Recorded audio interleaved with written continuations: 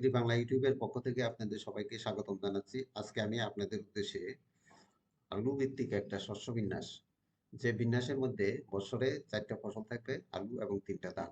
আপনারা ভিডিওটা শেষ পর্যন্ত দেখবেন। যারা আমার চ্যানেলটি সাবস্ক্রাইব করেন নাই অবশ্যই সাবস্ক্রাইব করবেন, লাইক দিবেন, শেয়ার করবেন। তো চলুন দেখা যাক ভিডিওটি কিভাবে একই জমিতে বছরে আলু এবং 3টি ধান ফসল চাষ করা যায়। তাহলে এটা হলো 4 ফসল ভিত্তিক একটা ফসল বিন্যাস। এখানে প্রথম বছর প্রথম যে ফসলটা রোপামন, এরপরে আলু, বোরো ধান, এরপরে রোপা আউশ। এই ধরনের 4টা প্যাটার্ন আপনি 4টা ফসল বছর উৎপাদন করতে। প্রচলিত পদ্ধতির চাইতে এর ফলন প্রায় অনেক বেশি। আমরা যদি টোটাল উৎপাদন দেখি, এখানে প্রায় 34 টন ফলন হয় পার হেক্টরে।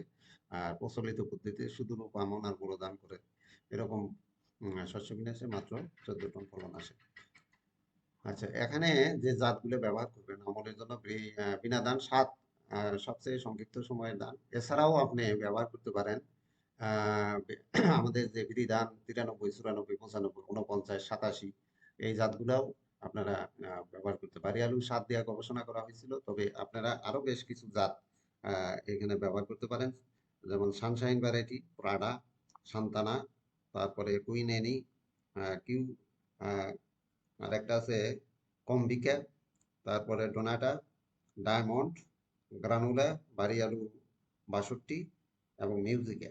এই যে আলুর জাতগুলো, এগুলো আপনারা ব্যবহার করতে পারেন। প্রায় সবগুলোই 70 দিনের মধ্যে এগুলো তোলা হয়ে যাবে।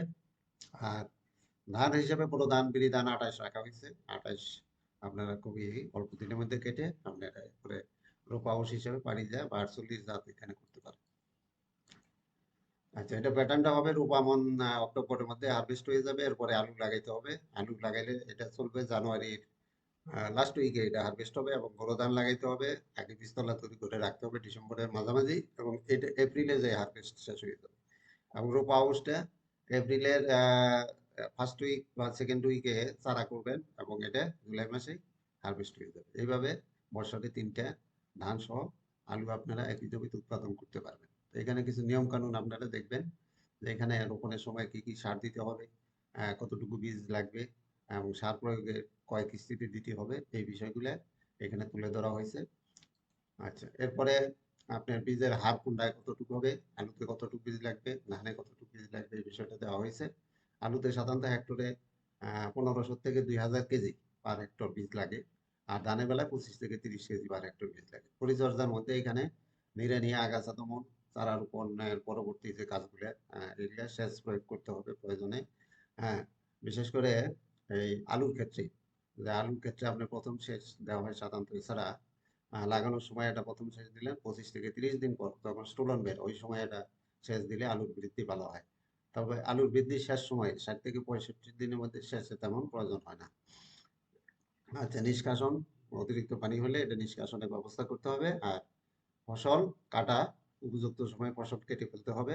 তবে সকালে অথবা বিকালে তাপমাত্রা যখন কম থাকে, এই অবস্থায় আলু উত্তোলন করা সবচেয়ে ভালো। ধানের ক্ষেত্রে 70-80 ভাগ পাকলেই আপনারা ধান কাটতে পারবেন। আচ্ছা, এরপরে আপনারা এই প্যাটার্নটা অনুসরণ করবেন, যাদের একই জমিতে এই 4টা ফলন যাতে পাইতে পারেন এবং অল্প খরচে বেশি লাভ, এই প্যাটার্নে আপনারা পাবেন। ধন্যবাদ সবাইকে।